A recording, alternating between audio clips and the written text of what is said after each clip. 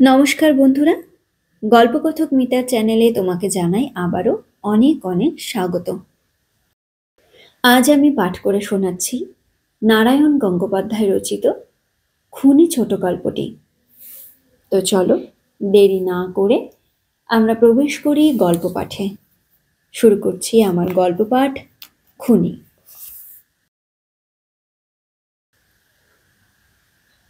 ক্রমাগত মোটরের অধৈর্য হর্ন।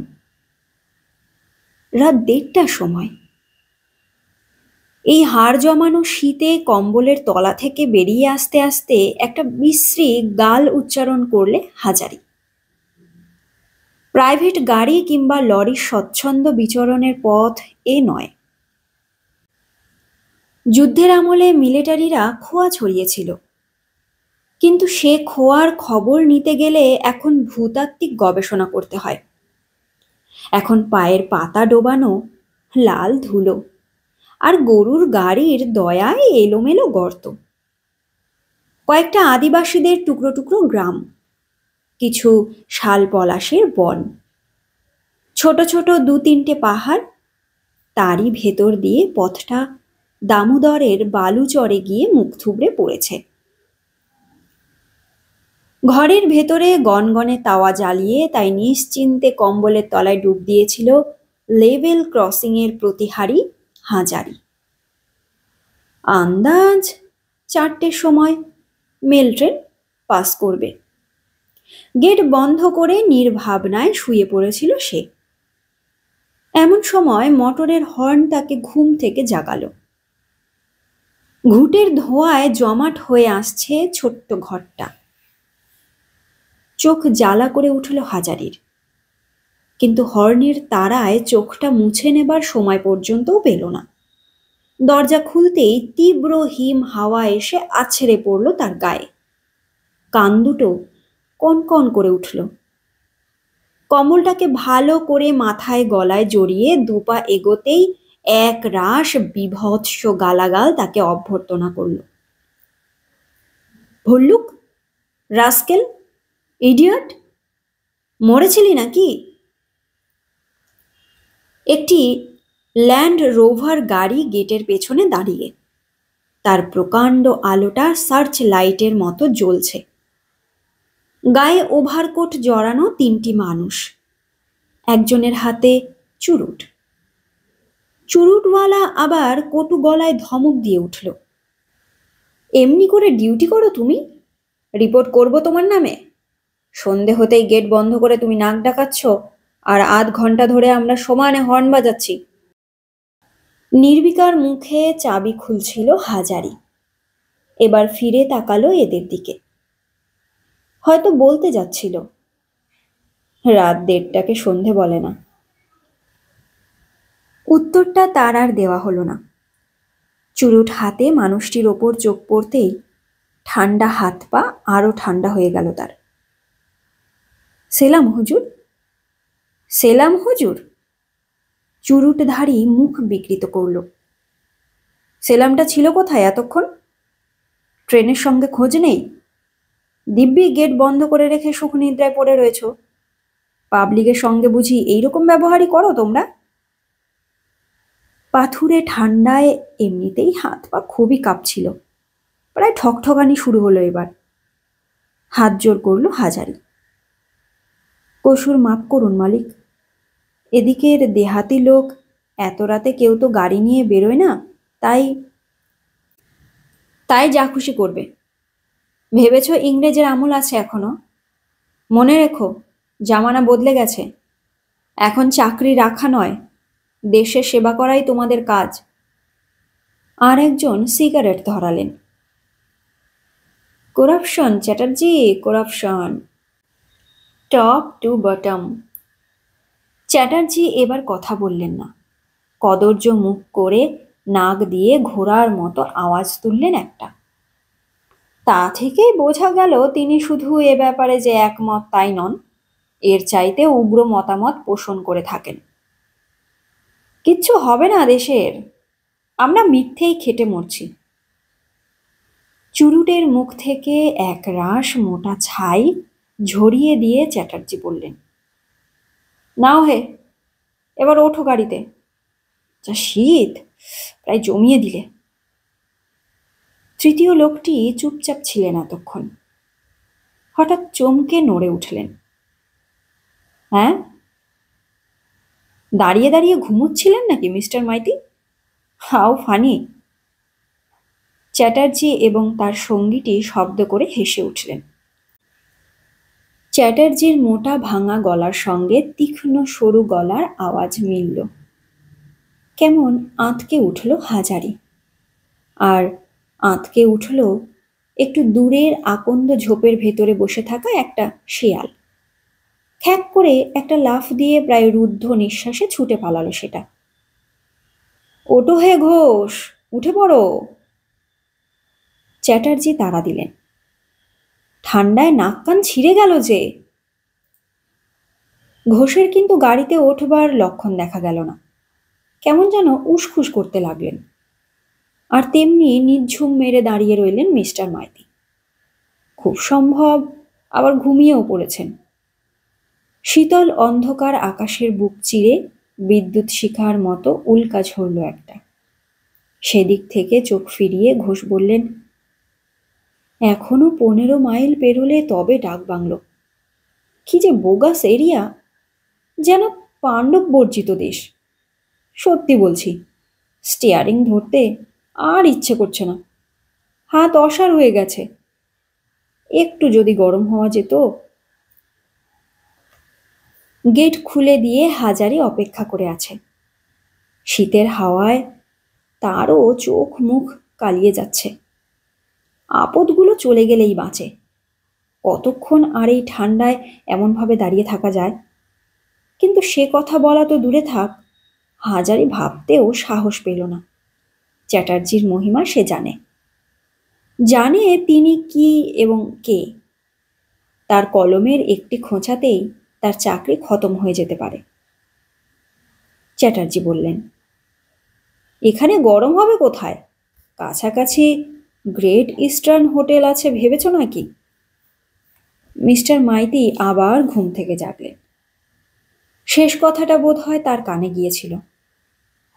চলুন না, পয়েন্টসম্যানের ওই ঘরটা তো রয়েছে, বসা যাক না একটু ওখানেই।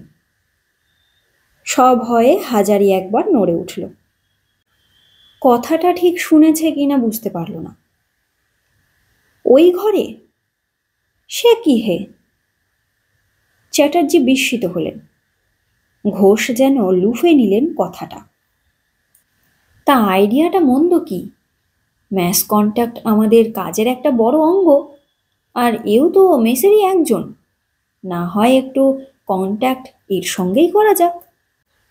সত্যি বলছি হে, এই শীতের মধ্যে 15 মাইল কেন, 1 মাইল যাওয়ার কথা ভাবতেও আমার হৃৎকম্প হচ্ছে।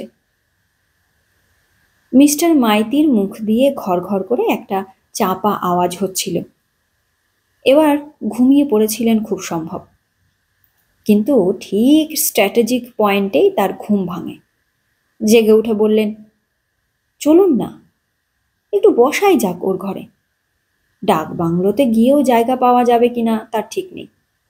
কয়েকজন ভিআইপি আসবার কথা আছে শুনেছি। তার চাইতে এখানেই একটু বসে গেলে। Majority must be granted. Chatterjee দাক্ষিণ্যের হাসি হাসলেন। তারপর ডাকলেন, ওহে, কি নাম তোমার? এসো এদিকে।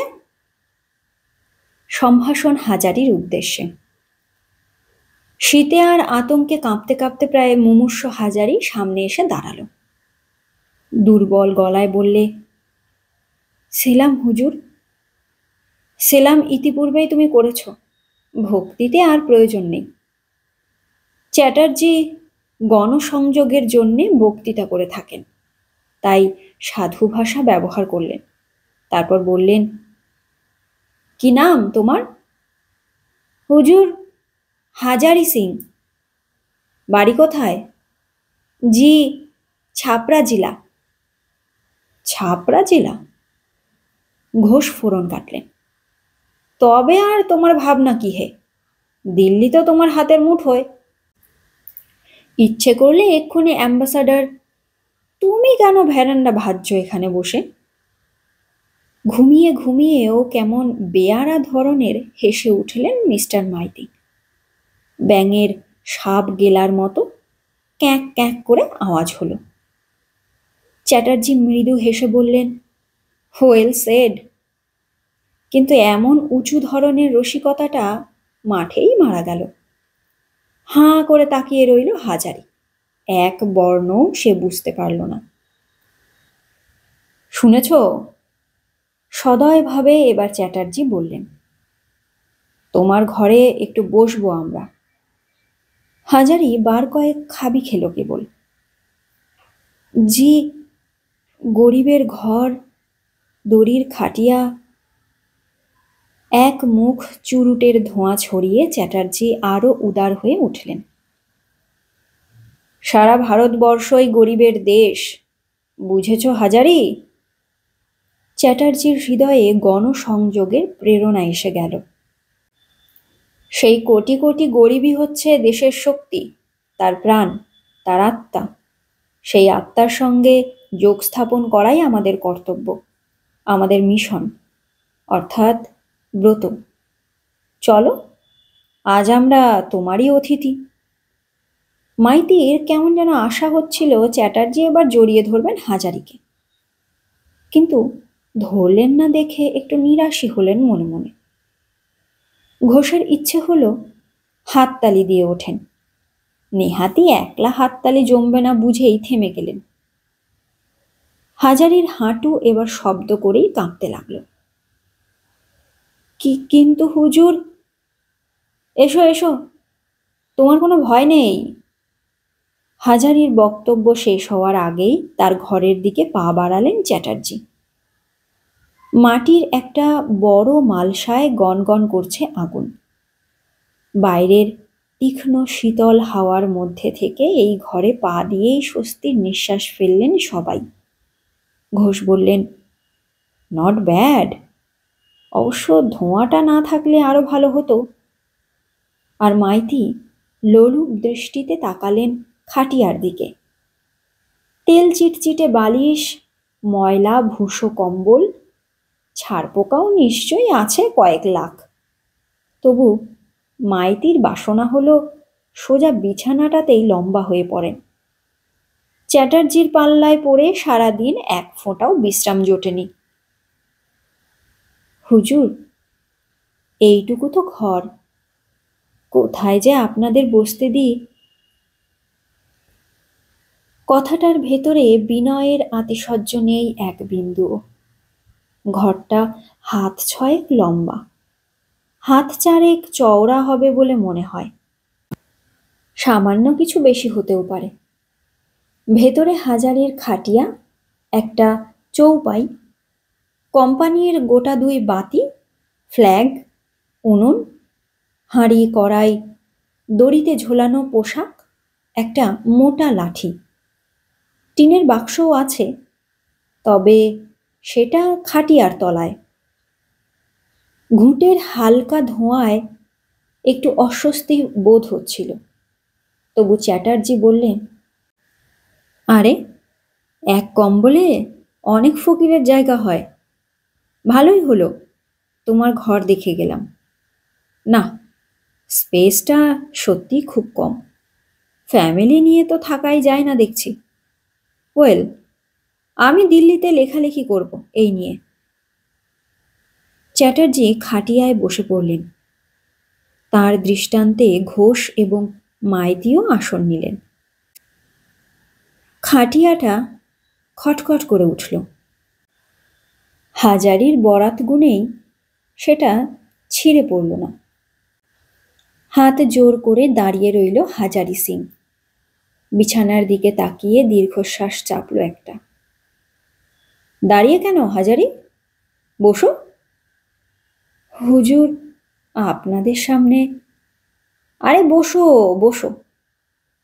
চ্যাটার্জির মুখে অনুগ্রহের হাসি। বসে পড়ো।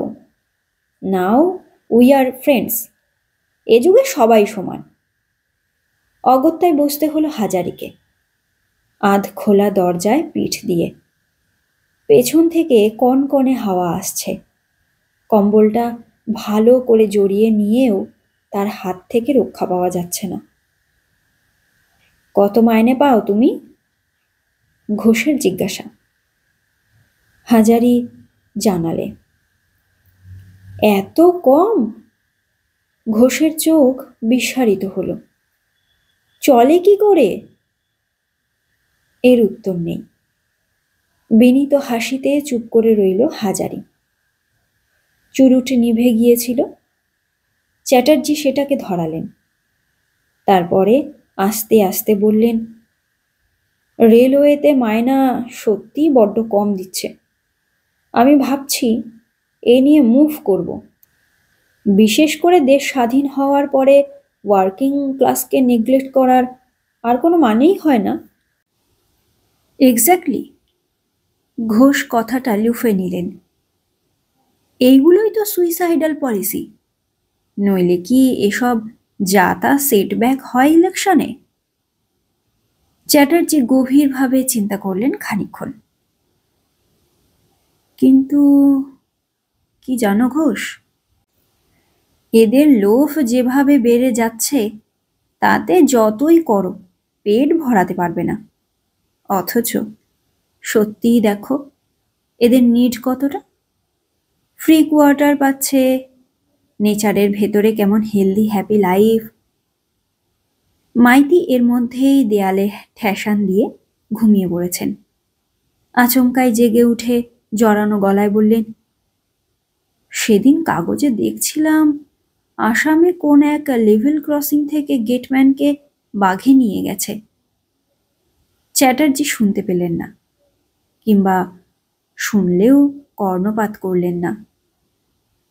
খায় শাকসবজি, ক্ষেতের টাটকা চাল। চালের মন ৩৫ টাকা, আর আটা। বলতে বলতে আবার ঘুমিয়ে গেলেন মিস্টার মাইতি। চ্যাটার্জি এবার তার দিকে বিরক্ত দৃষ্টি ফেললেন একটা। ঘোষ বললেন, ঘুমের ঘোরে কথা কইছেন? তাই দেখছি। কিছুক্ষণ সন্দিগ্ধভাবে সেদিকে তাকিয়ে থেকে চ্যাটার্জি এবার হাজারির দিকে ফিরলেন। দেশে কত পাঠাও হাজারি? জি ১০-১৫। চ্যাটার্জির মুখে এবার জয়ের পরিতৃপ্তি দেখা দিল। দেন ইউ সি ঘোষ, এই টাকাতে চালিয়েও ১০-১৫ টাকা দেশে পাঠাতে পারছে। তার মানে যা পায় তাতে প্রয়োজন মিটিয়েও ওর বাড়তি থাকছে। তা থেকেই বোঝা যায় এর বেশি নিড ওর নেই। হেয়ারাজ একটা উঁচু দরের গভর্নমেন্ট সার্ভেন্টকে মাসের শেষের দিকে টানাটানিতে পড়তে হয়, গাড়ির তেলে ঘাটতি পড়ে। সবই স্ট্যাটাস আর স্ট্যান্ডার্ড অফ লিভিং। শীতে আর ঘুমে হাজারির সারা শরীর কুঁকড়ে আসছে। কতক্ষণে এরা নড়বে তার ঘর থেকে? না হয় তার খাটিয়াতেই শুয়ে পড়ুক এরা, সেও মেঝেতেই খানিকটা গড়িয়ে নিক। এই রাত ২টোর সময় এমন হিম ঠান্ডার ভেতরে কেন খামোখা বক বক করছে বসে বসে? চ্যাটার্জি বলে চলেছেন, হ্যাঁ, স্ট্যান্ডার্ড অফ লিভিং। একটু খোঁজ করলে দেখবে ইভেন তোমার জেনারেল ম্যানেজারের চাইতে কত সুখী এরা, কি কন্টেন্টমেন্ট। আর সাধারণ মানুষের এই যে সন্তোষ, ভারতবর্ষের আইডিয়াল হচ্ছে ঠিক এইটাই। আর যারা এদের খেপিয়ে তোলে তারা শুধু নিজেদের পলিটিক্যাল অ্যাম্বিশনটাকেই ফুলফিল করতে চায়। যে অভাব এদের কোনোদিনই নেই, কৃত্রিমভাবে তাকেই সৃষ্টি করে তারা। আর ঘোষের মুখ ফিরিয়ে হাই তুললেন, সেই সঙ্গে ঈর্ষাতুর চোখে একবার তাকিয়ে দেখলেন মাইতির দিকে। মাইতি এবার সত্যি নিথর ঘুমে তলিয়ে গেছেন। মুখটা একটু ফাঁক হয়ে আছে। ঘর ঘর করে চাপা আওয়াজ বেরিয়ে আসছে সেখান থেকে। ঘোষের মনে হলো একটা চিমটি কেটে মাইতিকে জাগিয়ে দেন তিনি। দিব্যি নিশ্চিন্তে ঘুমিয়ে পড়েছেন, অথচ চ্যাটার্জির যত বক্তৃতা সমানে শুনতে হচ্ছে শুধু তাকেই। চ্যাটার্জি বললেন, দেশ গড়তে হবে, সকলকেই নিতে হবে কর্তব্যের ভার। আজ যারা লিডার তারা একদিন কত স্যাক্রিফাইস করেছেন, কিন্তু শুধু তাদের ত্যাগেই তো চলবে না। আজ দেশের সব মানুষকে ত্যাগ শিখতে হবে কর্তব্য। ঘোষ হঠাৎ উফ করে উঠলেন। ভুরু কোঁচকালেন চ্যাটার্জি। কি হলো হে, ছারপোকা নাকি? না হুজুর, খটমল নেই। নির্বাক হাজারি এতক্ষণে ত্রস্ত কৈফিয়ত দিলে একটা। খটমল ছাড়া তোমাদের খাটিয়া আর কলের জল ছাড়া কলকাতার গয়লার দুধ, দুই অ্যাবসার্ড। ঘোষ গজগজ করে উঠলেন। ঘোষকে সত্যিই ছারপোকা কামড়ায়নি, কিন্তু সরব স্বগতোক্তির ত্রুটিটা এভাবে ছাড়া ঢাকবার কোনো উপায়ই তার কাছে ছিল না। চ্যাটার্জি থামবার পাত্র নন। আবার আরম্ভ করলেন, 200 বছরের একটা পরাধীন জাতকে রাতারাতি ঘুম থেকে জাগানো যায় না। প্রত্যেকে যদি ত্যাগ করতে পারে, কর্তব্য যদি। এবারেও শেষ করতে পারলেন না। লেভেল ক্রসিং এর ঠিক পেছনেই 7টা-8টা শেয়াল একসঙ্গে ডেকে উঠল। পাহাড়ের মাথার ওপর দিয়ে শালপলাশের বন কাঁপিয়ে হু হু করে ছুটে এলো উত্তরের হাওয়া। ভেজানো দরজাটা খুলে গেল এক ঝটকায়। ঠান্ডা বাতাসের ঝাপটায় ঘুমন্ত মিস্টার মাইতি পর্যন্ত চোখ মেলে ফরফর করে উঠে বসলেন। ঘোষ প্রায় আর্তনাদ করে উঠলেন, বাপ রে, নর্থ পোলে এসে পড়েছি নাকি? কি যেন নাম তোমার? ওহে হাজারি, দরজাটা ভালো করে বন্ধ করে দাও না। না না, খোলা থাক খানিকটা। চ্যাটার্জি কোটের কলারটা তুলে দিয়ে বললেন, ধোঁয়া দেখছো না ঘরে? গ্যাস পয়জনিং হয়ে মরবে নাকি শেষে? তাও বটে। একটু চুপ করে থেকে ঘোষ বললেন, আর তো পারা যায় না, নিয়ে আসবো ব্যাগটা? চ্যাটার্জি একবার আর চোখে তাকালেন হাজারির দিকে। ঘুমে আর ঠান্ডায় অদ্ভুত রকম কুণ্ডলি পাকিয়ে বসে আছে হাজারি। বললেন, আমিও সেই কথাই বলতে যাচ্ছিলাম। তবে কিনা আমরা পাবলিক ম্যান, আমাদের কর্তব্য হলো লোকের কাছে সব সময় নিজেদের ডিগনিটি বাঁচিয়ে চলা। এই লোকটার সামনে। ঘোষ মুখ বাঁকালেন।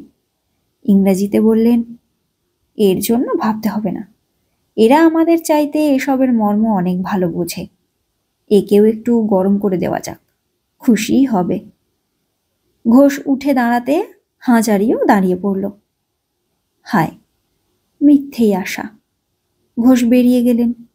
নির্বিকারভাবে নেভা চুরুটে আবার আগুন ধরালেন চ্যাটার্জি। মাইতি ঘুমোতে লাগলেন এক মনে। দেশে টেশে যাও না হাজারি? যাই হুজুর, 2-4 বারিস মে এক দফা। চাষবাস আছে নাকি? এক মুহূর্তে হাজারির মন দূরেই চলে গেল। চাষবাস ছিল বই কি এক সময়। রহরের ক্ষেত ছিল, ছোট একটা ফলের বাগিচা ছিল, একটা তালাবও ছিল, কিন্তু সেসব যে কোথায় গেল সে খবর জানতো তার বাপ। সে চোখে ভালো দেখতে না পেয়ে সাদা কাগজে টিপসই দিয়েছিল। আর জানে জিমানদার ব্রিজনন্দন চৌধুরীজি, যার বাড়িতে বহুত ভারী ভারী আদমি পাটনা থেকে এসে খানাপিনা করে। চাষ এক সময় ছিল হুজুর, এখন আর নেই।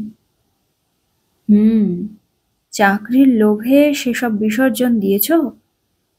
চ্যাটার্জির মুখে ক্ষোভের চিহ্ন। এই স্লেভ মেন্টালিটির জন্যেই দেশটা উচ্ছন্নে গেল। মাটিই যে সবচাইতে খাঁটি জিনিস, তোমাদের কে বোঝাবে সে কথা?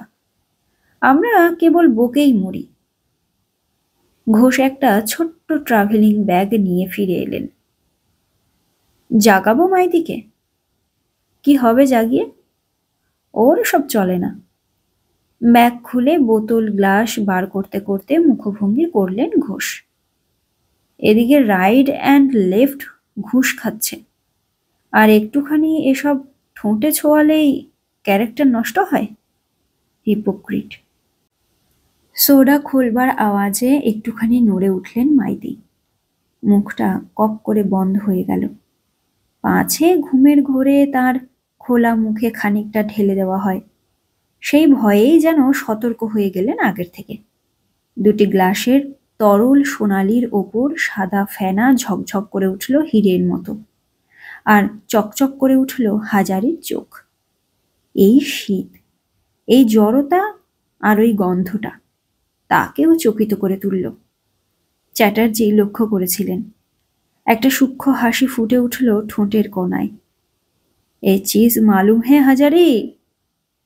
মালুম আছে বই কি হাজারির, নইলে তার মতো গরিব বর্বর এক আধটা দিন খুশি হবে কি করে। তবে মতোয়ালা নয় হাজারি, 9 মাসে 6 মাসে এক আধটা হাটের দিন সামান্য হারিয়া মেলে আদিবাসীদের কাছ থেকে। বিনীত হাসিতে হাজারি মাথা নিচু করল, কিন্তু সঙ্গে সঙ্গেই তার জ্বলন্ত চোখ দুটো আবার উঠে এলো সোনালির উপর হীরের ফেনা জমে ওঠা গ্লাসের দিকে। বড্ড জারা পড়েছে আজ, বড় বেশি। চ্যাটার্জি বললেন, খাবে নাকি হাজারি? বুকের ভেতর ধক করে উঠল হাজারি। প্রাণপণে সামলাতে চাইল নিজেকে। না হুজুর। আপত্তি কেন হে? যা শীত, একটু তাজা হয়ে নাও না। ভয় নেই, আমরা তো রয়েছি। ডিউটি আছে হুজুর, একটু পরেই মেল ট্রেন পাস করাতে হবে। যেরকম কুকুর কুণ্ডুলি পাকিয়েছ, তাতে মেল ট্রেন পাস করাতে পারবে বলে তো আমার ভরসা হয় না। আরে গিলে ফেলো এক চুমুক, গা গরম হয়ে যাবে। চ্যাটার্জির মুখে দেব দুর্লভ হাসি, স্নেহ, অনুকম্পা, বন্ধুত্ব কি নেই সেই হাসিতে। নিজের সঙ্গে যুদ্ধ করতে করতে ক্ষীণ গলায় হাজারি বললে, না হুজুর, সরকারি কাজ। ঘোষ ইংরেজিতে বললেন, ইনসিস্ট করছো কেন? না খাই বয়েই গেল। গ্লাসে চুমুক দিয়ে চ্যাটার্জি জবাব দিলেন ইংরেজিতেই, উইটনেস রাখতে চাই না, পার্টি করে ফেলতে চাই। বুঝতে পারছো না? আমাদের পজিশনের কথাটাও ভেবে দেখো। That's right. চ্যাটার্জির মুখে রং বদলেছে এর মধ্যেই, মেজাজ খুশি হয়ে উঠেছে আরো। এখন তিনি ধীরে ধীরে জনগণের সঙ্গে এক হয়ে যাচ্ছেন।